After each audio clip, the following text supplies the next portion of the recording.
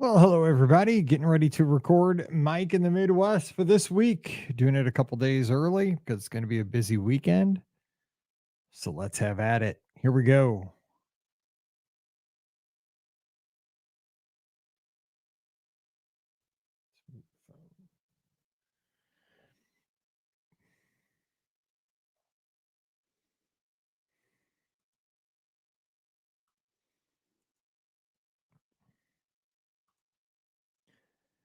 Well, hey, everybody. Welcome to Mike in the Midwest, our mini podcast for the amazing patrons just like you of the Be Our Guest podcast. This is episode 270.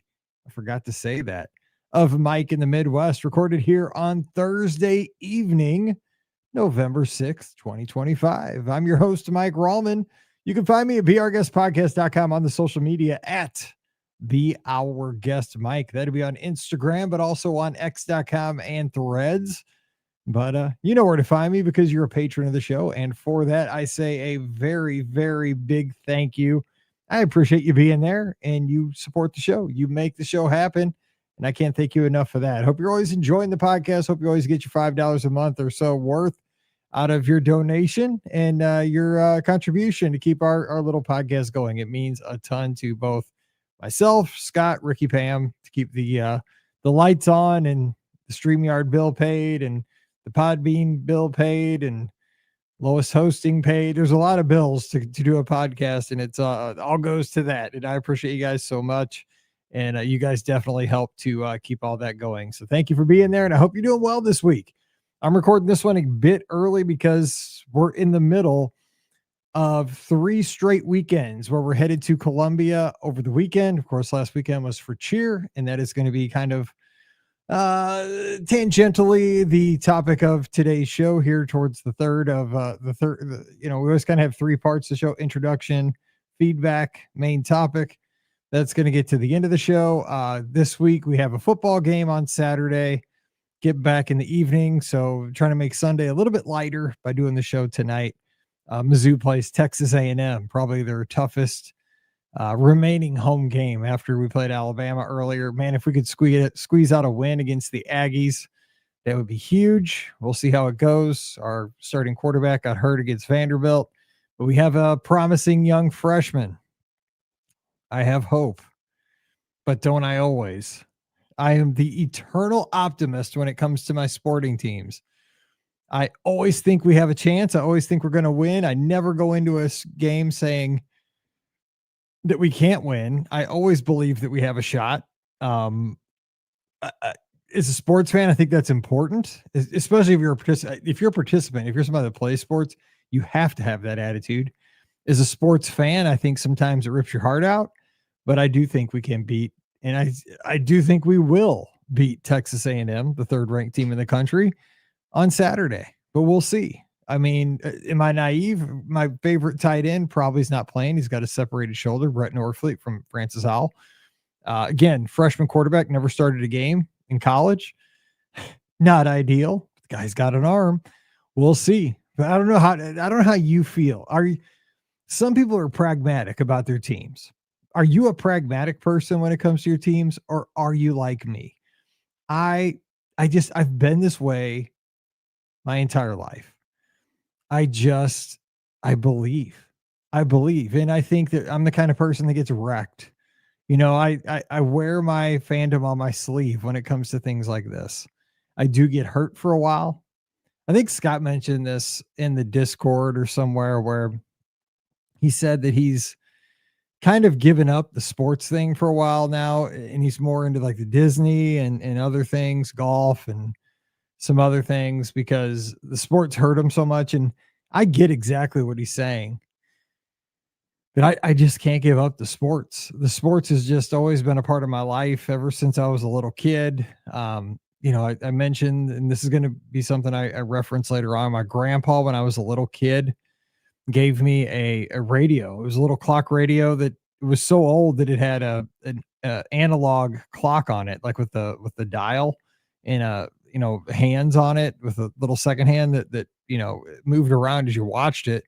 And I would sit there and tune in KMOX radio and a couple other stations, KXOK in St. Louis with all the static, 1120. And I think it was like 590, or I can't remember what KXOK was, but they would have certain sports, Mizzou sports, or the St. Louis Blues, which was kind of exotic back when I was younger.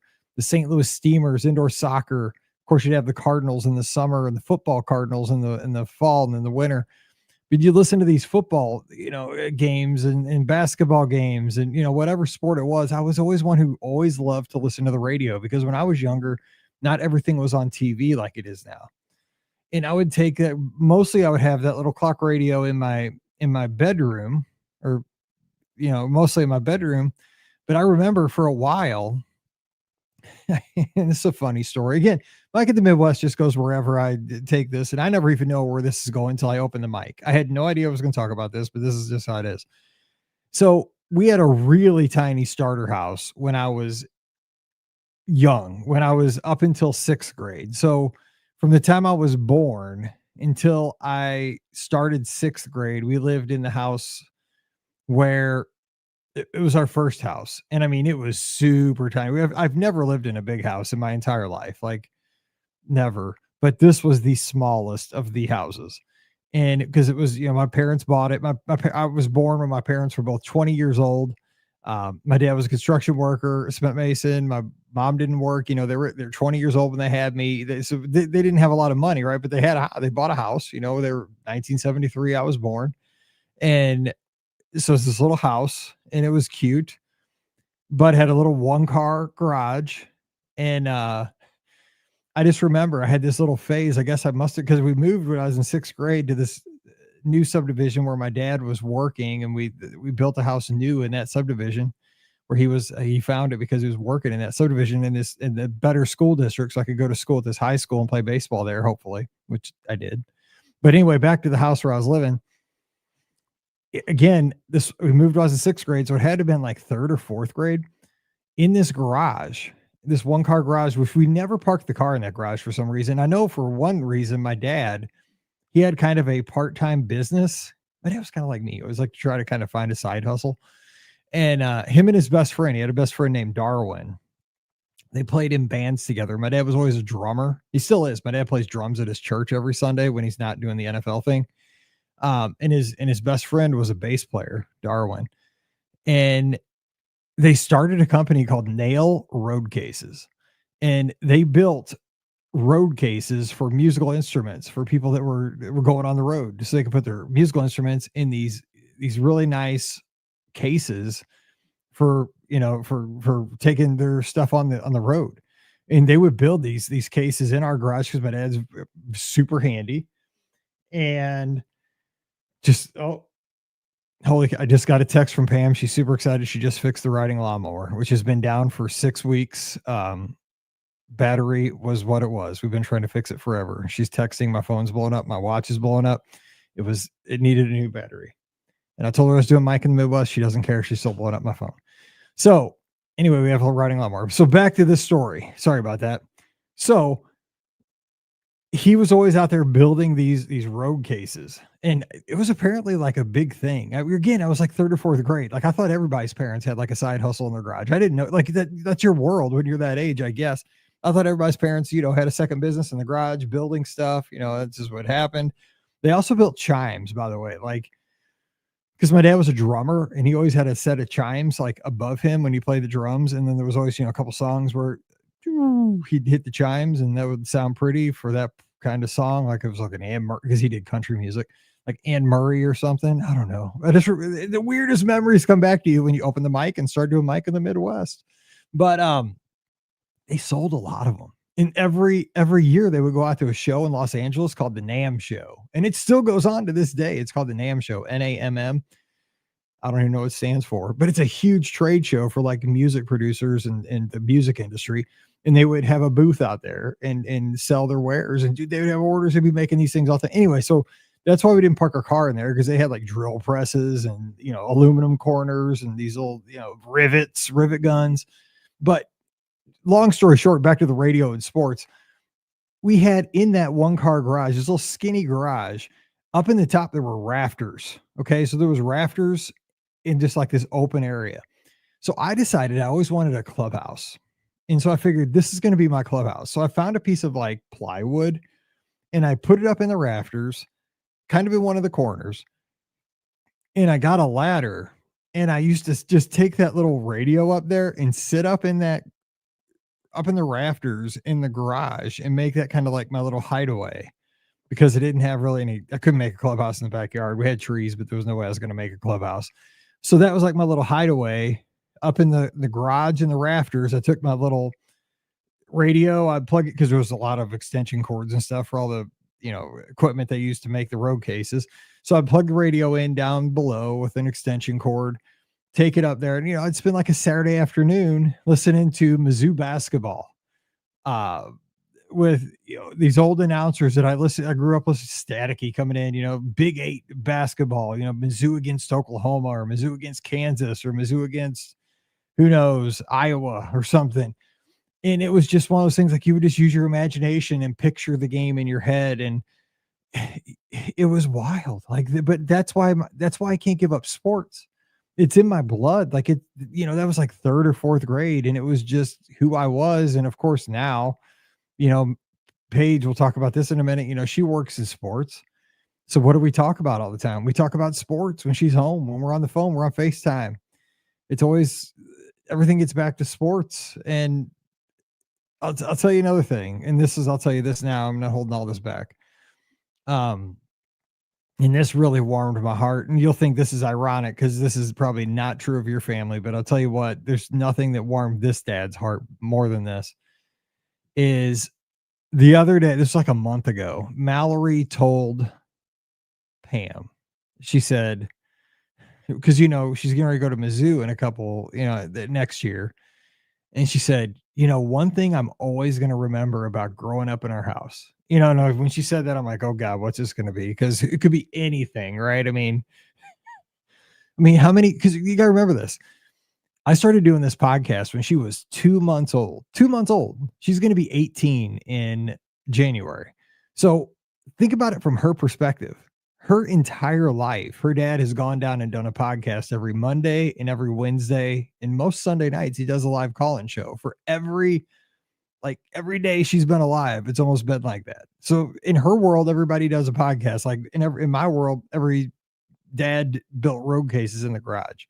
So anyway, she tells Pam, she says, I love that feeling that when I get up every Saturday morning in our house, game day is always on the TV. She says, I love that. She says, it's comfortable. And I was like, oh, because every morning when I get up, I run. And this has been ever since she's been a baby, I've always loved college sports, college football. And so, even before she was born, Paige and I would watch game day before Mallory was even born every Saturday morning. But her entire life, the first thing I do on a Saturday morning at 8:00 Central, turn on game day.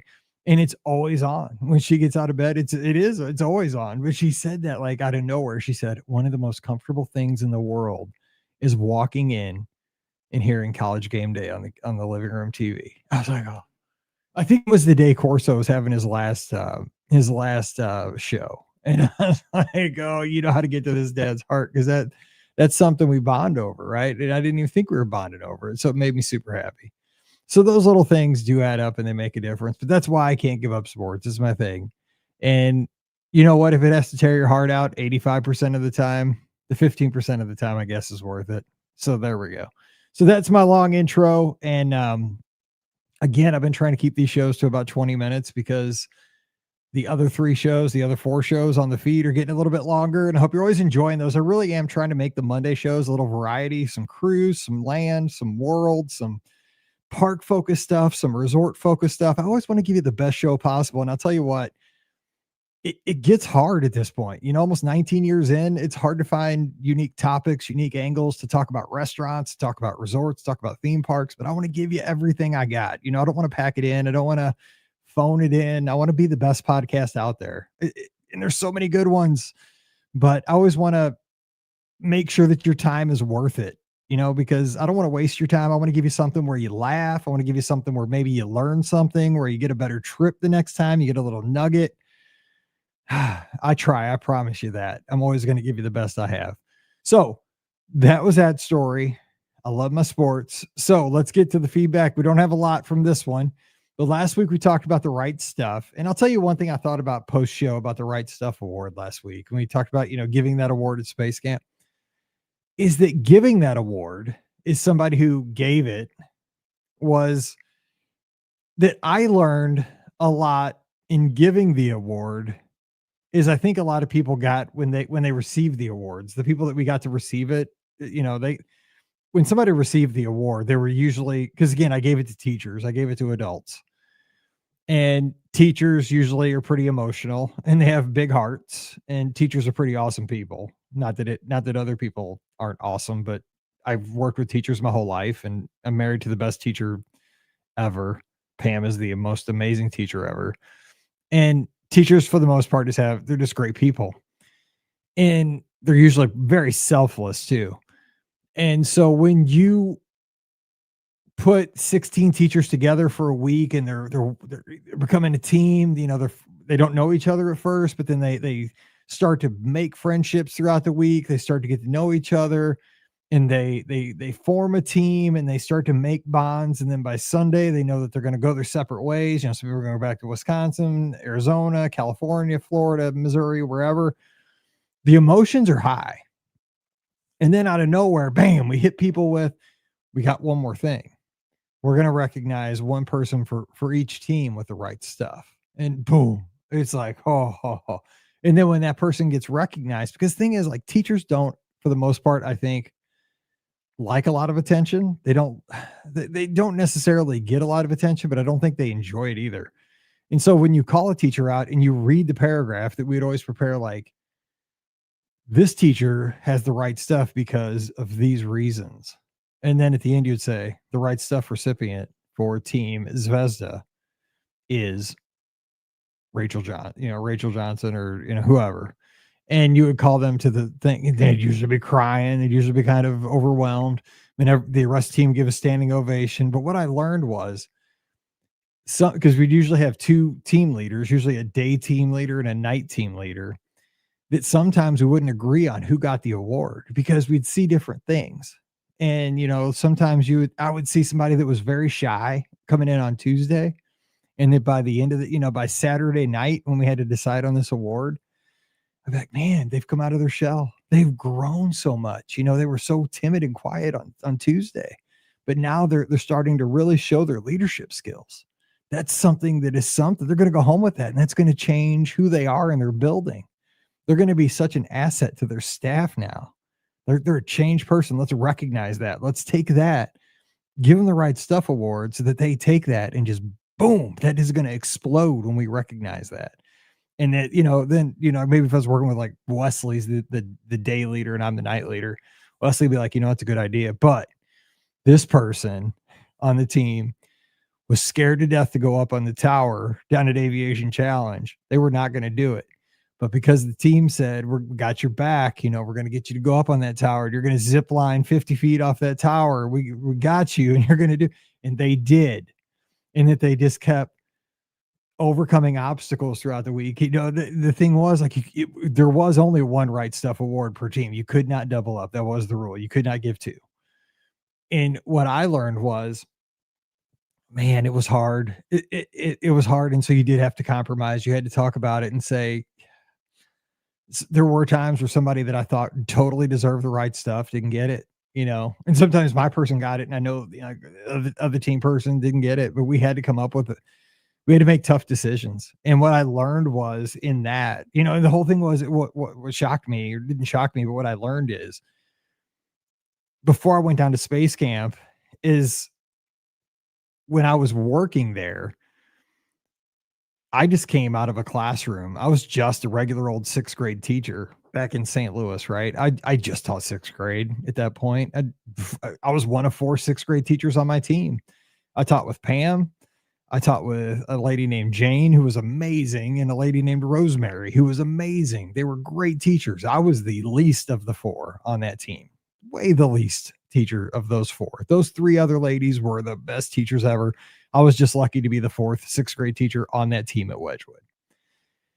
When I got done to space camp, though, and I became part of the space camp for educator staff, I got to wear the flight suit. I got to teach the teachers. I got to do all this because I knew the curriculum. I learned it. I studied it. But I learned so much about leadership because that decision was so hard to make. But leaders have to make those decisions. And I did lose sleep over having to give it up. Now, did I cry over it and stuff like that? No, because that was that's the rules. Like there could only be one Right Stuff award. That's what makes it special. Did they ever know that they were going to get it? No, I didn't tell them. Because, like I would rather not know. Because also I didn't want to also take away from the person who got the Right Stuff award. We just celebrated that person and moved on. And I don't know if that was right or wrong, but we just really threw it in because I think in the back of my mind, for the most part, you could probably make an argument for everybody who was working hard throughout the week that they had the right stuff in some way, some shape or fashion, because we encouraged. I figured that was my role, was to see that everybody grew as a person from Tuesday to Saturday to Sunday, to make sure that they grew as a person, as a teacher, that they had fun, that they learned a little bit about space, but more that they learned about space. Because guess what? None of these people are going to become astronauts. I wasn't going to become an astronaut, but they became better as people. They become better people. They became better teachers too. They became leaders. They became assets in their school and in their community when they got back. That they could teach a little bit about space and the space program. They advocated for science. They were STEM advocates when they got back, but that they were also better people. They were not so timid, that they learned something about themselves. Maybe they could overcome a fear. Maybe that they were better leaders. They were more bold. They're willing to take a chance because they took a chance down at space camp when they were there. They got into the multi-axis trainer and spun around 18,000 times and they found out it didn't kill them. It didn't even make them puke because their center of gravity stayed in the middle. They didn't know that. It looks like you're going to puke when you get in that thing, but it doesn't make you puke. It's trust. But it was a great experience. So that's kind of where I had a couple more things I'm going to throw in with that. Okay, so today's final thoughts. And again, I know that I'm getting a little bit heavy on the senior dad kind of thing, but I know a lot of you guys have kids, and I know some of you have kids that are seniors, and you're just going to be right with me on these things. But I had to do it because this is it. This is going real fast. I'm not going to be able to talk about these things much longer, but you guys know because I'm a proud dad. I mean, I have to admit it. Mallory's squad won the Missouri State Championship. God, it feels good to say that. For cheerleading on Saturday at Mizzou. They had the competition at Mizzou and they won the state championship, first place. And, about 6 weeks ago, they went out to Kansas City because you had to qualify. And we qualified out of Kansas City in the regional because the St. Louis regional was on the same day as their homecoming. So the coach said, we're going to be nice. We're not going to compete on the same day as homecoming because it goes into the night. So they would not have been able to go to their dance. They would not have been able to go to any of the homecoming stuff at Howell. So they said, you know what? The rules say you have to qualify in a regional. So instead of qualifying out of St. Louis, we went all the way to Kansas City, qualified. And so we won we got lucky. We didn't get lucky, but we won first place in the Kansas City regional. They were surprised to see us out there, St. Louis team, but we got out there. We won the Kansas City regional, got our bid to state, and then we went out to state. Now, to be honest, did I think we were going to win state? I didn't know. I know these girls have worked their rear ends off. I've seen it for 4 years. We've had a couple of our really good tumblers hurt. We had one that can't walk. She's on crutches. She's probably out for another 9 months. One of the flyers, Mallory's good friend, has a severely sprained ankle, possibly broken. Happened about 3 weeks prior to state. I mean, she's a mess. We have a lot of injuries on the team. Cheerleading is a brutal sport. And it's the end of the season, and there's just a lot of girls that had a lot of injuries. And I was just like, oh, it's the wrong time. But you get to state, and it's basically the top 10 teams in your division, and depending on how big your school is, and we're in the large division. And these teams are good. These teams are all good. And I'm like, oh my gosh. And you just never know because the routine lasts 2 minutes and 40 seconds.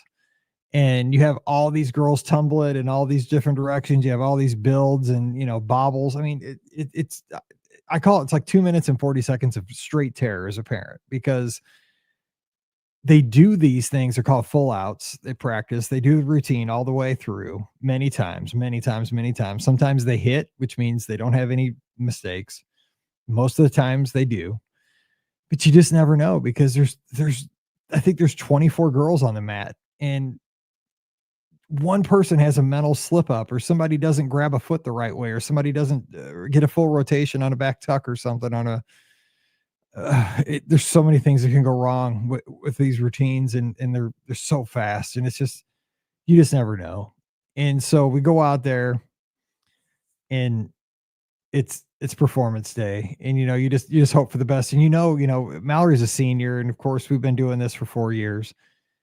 And as a parent, you just want them to do their best. You don't think they're going to win state. You just say, God, this is it. I told her, it's like, this is what I told her for the last football game a couple of weeks ago. I told her, I said, enjoy tonight. I said, look up into the stands, look out onto the field, look down the sidelines at your friends, and take mental pictures, because you're going to want to remember this for the rest of your life. This is the good stuff. Like, you don't realize it now, but this is the good stuff. Like, take those mental pictures. I know you're going to have pictures, but take mental pictures and remember this. This is the good stuff. And I told her that before that. I didn't tell her, it's like, just give it. I said, leave everything on the mat. Give everything you got. Do as good as you can. Don't be stressed. Just do everything you can and but have fun. I said, just leave it out there. She's like, okay. And, she goes up to the high school. They get on the bus, blah, blah, blah. We have the send off with the cops. I love that we do that, though. We have the police car leading them out to the interstate. It's really cool. Anyway, so what I wanted to get at, though, was when you win state in Missouri in a state sanctioned sport, which cheerleading is a state sanctioned sport. It's like football or baseball or soccer. It's a real sport. It's not an activity. It's a sport. You get a state plaque. Just like if you win like we won football in 22, we get the same trophy, the same plaque to hang in the school. And what it is, it's a wooden cutout of the state of Missouri with a gold plaque on it that says, state class 5A, state champion, first place, and it'll have that. So I was thinking back, like, cause I was a high school athlete back in the early 90s. And I remember that we had a really good baseball team.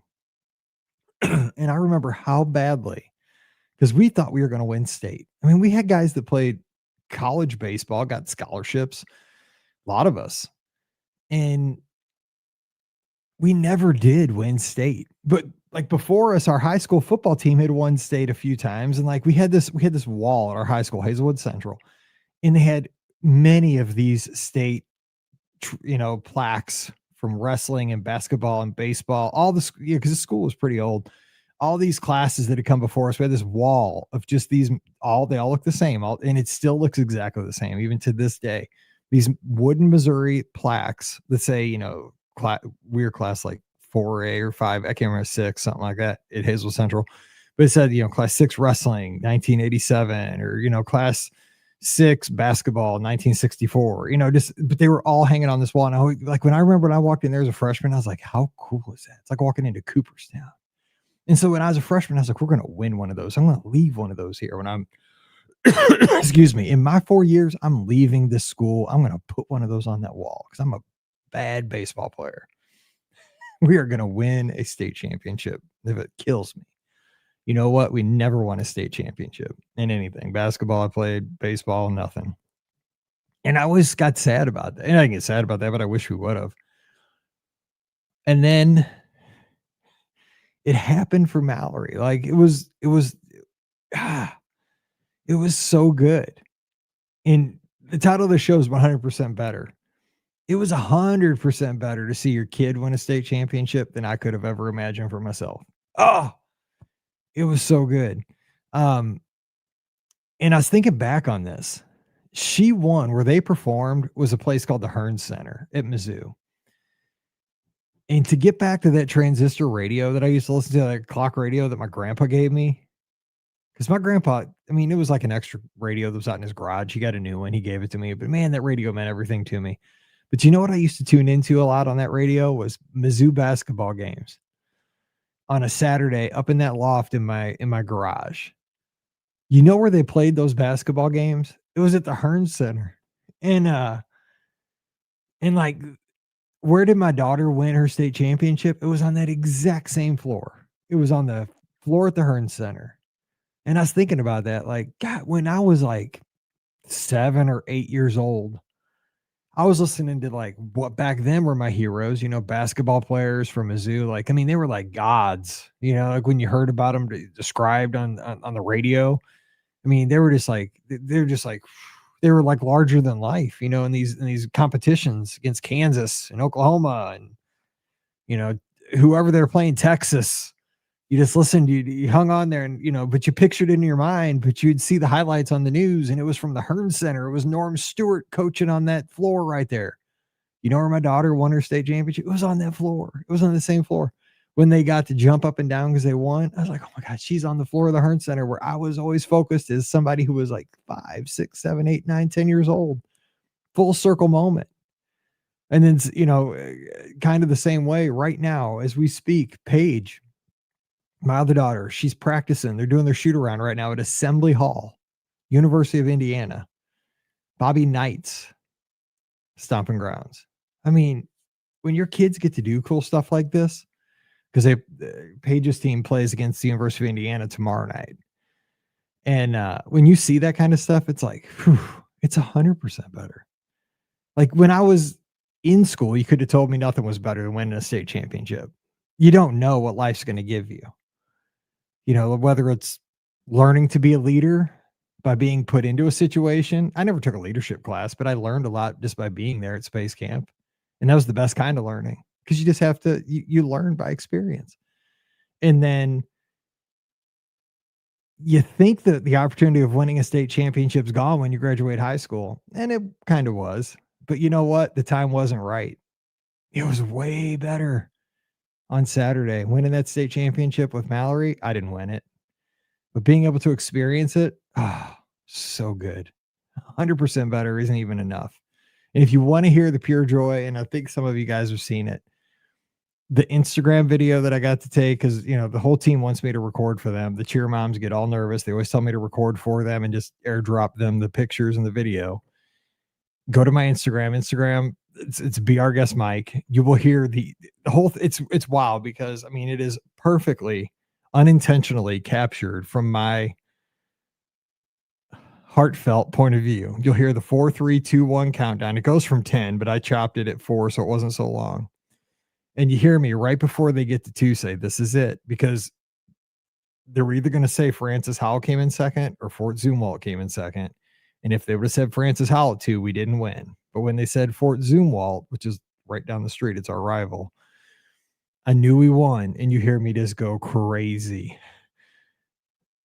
I didn't even know I did that. But it was just, that was what pure joy sounded like, because I knew she had that forever. And those girls, not just Mallory, but all the girls that I've been around for these 4 years, like, the girls that had gone through broken ankles and dislocated shoulders and wrists and, all the stuff, like the early morning practices, the private tumbling lessons, all the stuff, the fundraising the parents have gone through, the trivia nights, we've all worked together to try to get this common goal, and it's there.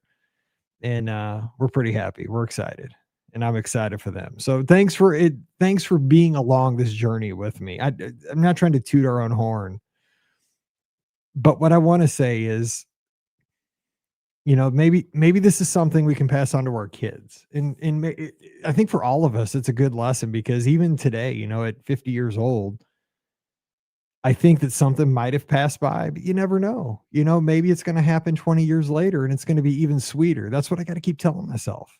The opportunity, I thought, was when I graduated from Hazelwood Central, I thought that was it, man. Just being a part of a state championship experience, that was it, man. I'm moving on to Missouri Baptist College. That's where I got my scholarship. And then I moved on to a couple other universities before I graduated. But the time wasn't right. and the time was right on Saturday. And I'll tell you what, it took about 30 more years, but oh, it was sweet. It was sweet. So I guess the lesson is never give up on that dream because it might come a different way, but it might come a way that's 100% better. Anyway, give your feedback, patreon.com/beourguestpodcast. I'd love to hear it. And I'm just glad you guys are my friends and we can all share these moments together. All right. So until we talk again next week, hope you guys have a great weekend. Hope you guys have an awesome time there with your friends and family. And I'll see you very soon. Stay happy, stay healthy, and I'll see you real soon. That is awesome, Shaggy. Yeah, it's crazy. So good. So good. All right. Let me edit this bad dog up and put it up. I'll see you guys later. See you, Shag.